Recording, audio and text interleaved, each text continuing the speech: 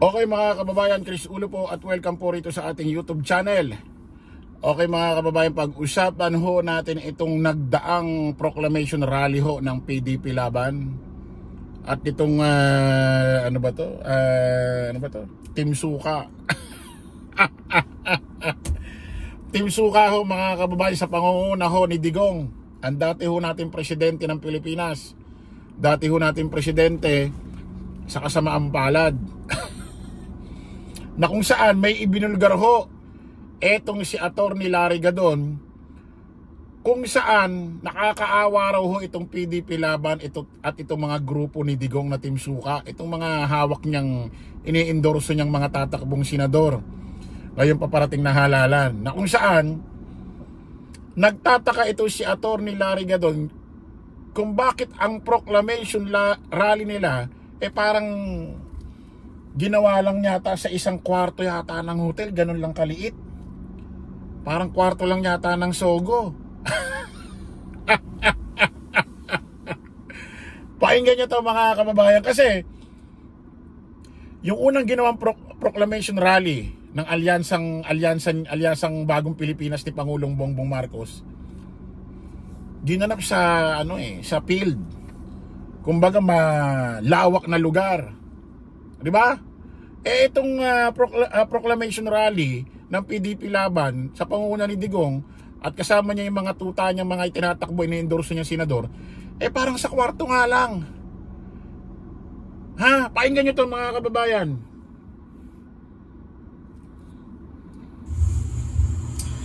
Nakakatawa at parang nakakaawa itong proclamation of senatorial candidates ng PDP Laban na pinangunahan ni former President Duterte. Isipin nyo, napakakunti ng tao at considering that this is a proclamation of senatorial candidates, dapat yan mga tipong nasa Luneta Grandstand or Araneta Coliseum or Philippine Arena or yung malalaking venue, no? Hindi kagaya noong sa alyansa na pinangunahan ni President Bongbong Marcos na talagang libo-libo ang umaten doon sa Ilocos Norte. At ayun, sa Ilocos Norte nga pala ginanap sa field. Malawak, ang daming tao, libo-libo. Nakakapagtaka dito, sa palagay nyo, bakit ang ginawang proclamation rally ng PDP Laban sa pangunguna ni Digong at ng mga tuta niyang ini-endorso niyang mga senador, bakit parang sa isang kwarto lamang? Ewan ko, hotel. Ano bang hotel yan? Sogo Hotel? Ano ba? Malamang sa alamang nito, natatakot silang gawin sa Davao ang proclamation rally nila kasi baluarte nila proclamation rally, tapos gagawin nila yung event sa isang malawak na field. Mamaya konti lang ang umatin, nakakahiya, mabibidyohan, mapipicturan. Diba? Kasi kung talagang ito, marami pa rin silang follower, marami pa rin taga-subaybay ito ng mga engot, gaganapin ito sa malaking place, malaking field, para daan-daan libo-libong tao magpunta at ma-picture, ma-video at masampal at mapakita sa mga kalaban nila sa politika. Pero walang nangyaring ganon. Kaya siguro sa kwarto lang siya nagawa. Para 100, 200, 300 lang ang magpunta, mukha na agad marami kasi kwarto lang. Tuloy natin. Ganun din doon sa Iloilo, libo.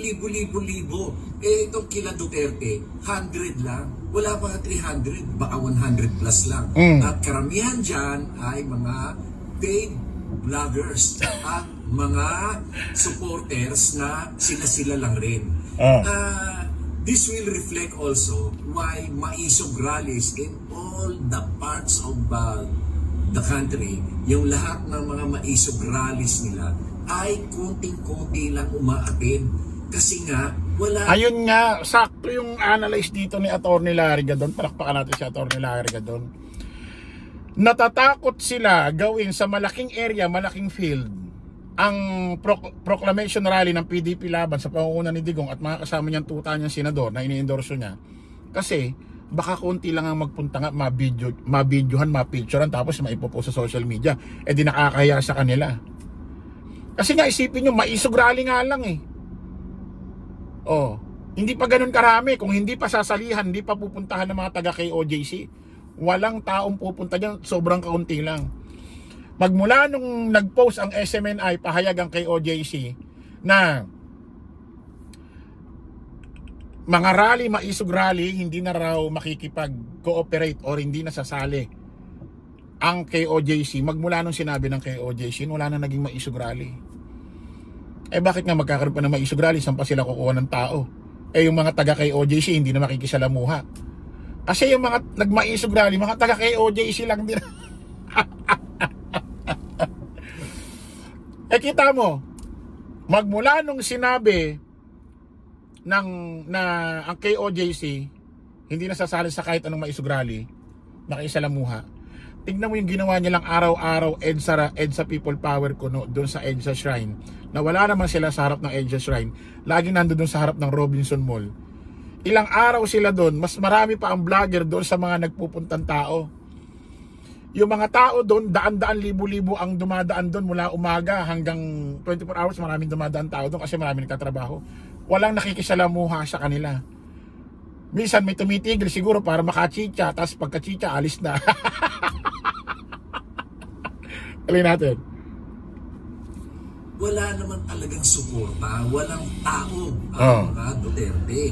Kaya lang nanalo yan noong 2016 dahil sinuportahan ng mga Marcos loyalists. Kasi no choice. Walang ibang pwedeng iboto. Alam nga naman, iboto namin si Marojas o kaya si Binay o kaya si Grace po. Yes. No choice. Talagang no choice. Kaya yun yung sinasabi ko nung nakaraan sa inyo, mga nakaraan live ko pa.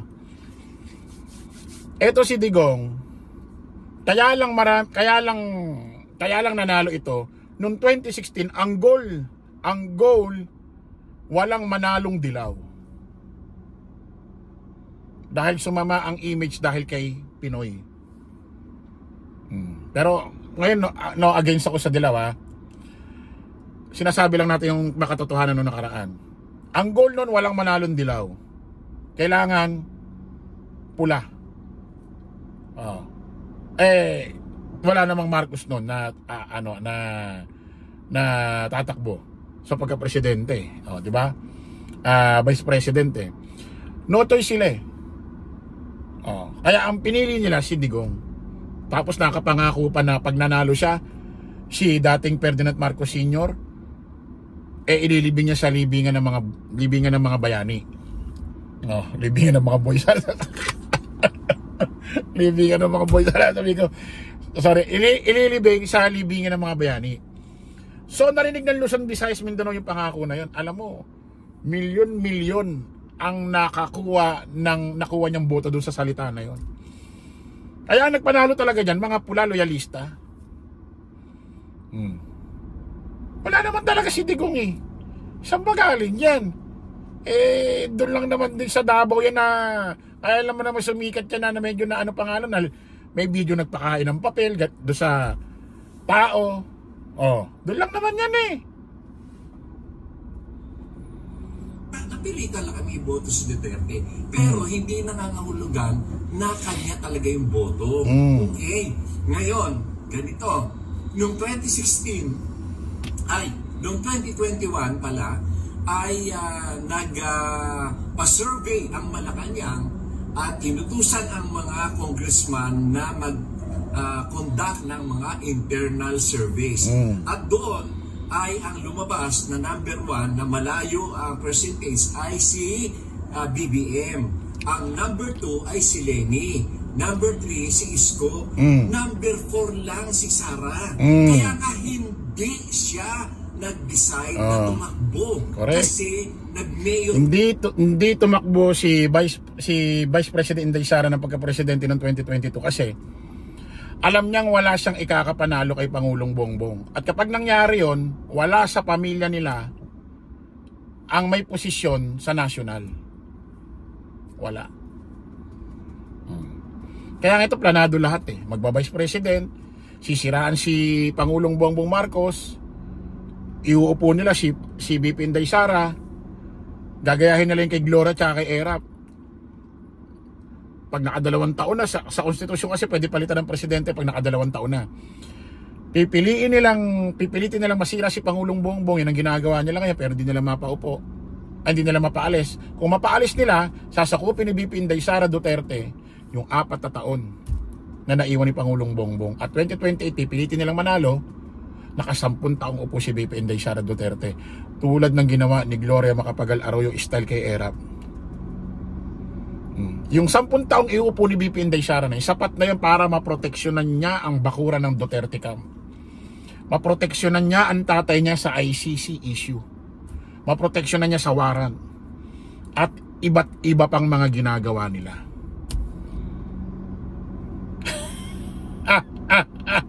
Pero nagkamali sila, hindi nila mapaalis si Pangulong Bongbong dahil matalino eh. Isip ang pinapagana, hindi yung katulad ni Digong, puro bunganga. Mayor na lang siya, nag-file siya ng mayor sa Davao kasi alam nila na talagang walang boto ang Duterte. Ngayon, kinausap lang siya na isang kaibigan, family friend, na lawyer din, na sinabi sa kanya, sikat ka lang ngayon dahil anak ka ng presidente, pero pag hindi na presidente yung tatay mo, makakalimutan ka ng tao. Kaya ang ginawa niya, tumakbo siya.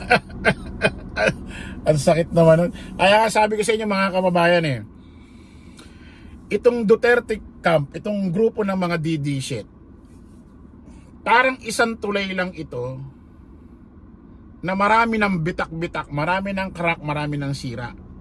Anytime pwede nang mawasak, mahati sa gitna at malaglag sa baba.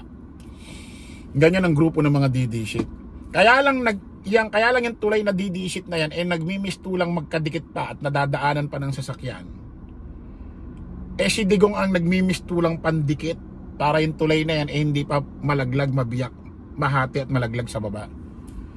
Pero kapag si Digong, kasi matanda na eh, pag si Digong pinagpahinga na yan nang may lalang sa atin, pag pinagpahinga yan ng Panginoon na, maniwala kayo, itong mga angas nitong mga anak na ito, pati si VP Inday Sara, kawawa kayo. Ultimo yung mga kaalyado ng tatay nyo, talunan na yan sa iba't ibang grupo. Iiwanan na kayo. Kaya lang naman nandiyan pa mga kapartido nyo dahil lang din sa tatay nyo. Nagmamalasakit sa tatay nyo. Nadadamay na lang din kayo sa malasakit na yun. Pero pag yan nawala na, kawawa kayo, lalo ka na VP Inday Sara, baste. Lalo ka na, napakayabang mo magsalita. Wala na. Kawawa kayo.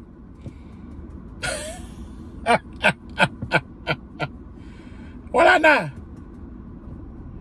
Baka nga yung mga kaalyado ng tatay ni Digong, galit lang din sa inyo eh. Ikaw baste, pati ikaw VP Inday Sara Puset, galit din sa inyo, ayaw din sa mga ugali ninyo eh. Nagtitiis lang, pinagpapasensyahan na lang din kayo dahil sa tatay nyo. Remember, si Baste, ganun-ganun na niya lang pagsalitaan si Bongo doon sa Maisog Rally. Kung paano niya pagalitan, di ba? VP Inday Sara, ganun-ganun na lang kung paano niya away-awayin dati rin si Congressman Alvarez, di ba? Naalala niyo? Tuloy natin. Ako siya ang Vice President ng BBM. Kasi nga, sure winner siya kung kay BBM. Yan ang totoo niya. Walang tao ang Duterte. Wala. Maswerte na maka3 milyon yung mga yan. Yung mga kandidato ni Duterte, naku, yung iba dyan, kaibigan, pero sorry to say, wala kayong tao. Nakakatawa kayo at nakakaawa. Birain nyo, ang launching ng inyong proclamation ay sa Club Pilipino lamang. Aba, ano yan? Rotary Club? Iwanes? Lions Club? PTA? Globe Pilipino. Sa Globe Pilipino pala ginanap yung proclamation rally ng PDP. Akala ko sa Sogo. Akala ko sa Sogo lang mga kababayan. Kasi nga, pag sa kwarto-kwarto lang nila ginanap, tulad sa Globe Pilipino, mga event hall lang or event room lang, Paglagay ka dyan ng 100, 200, 300, magmukha ng sobrang dami. Kaya hindi nila ginanap yan malamang sa mga open field or Quirino Grandstand, Liwasang Bonifacio or sa Davao. Kasi nga, mamaya konti lang ang magpuntang tao, mabidyohan, mapicturan, mapapahiya sila sa social media, mainstream media at sa partido ni Pangulong Bongbong na Alyansang Bagong Pilipinas. Sampal sa kanila yon. Isipin mo, proclamation rally ginanap lang sa Globe Filipino. Kala ko nga sugod. Hindi nagpakay ni Kibuloy. O sa gym station ng Pasig ginanap, mas malawak.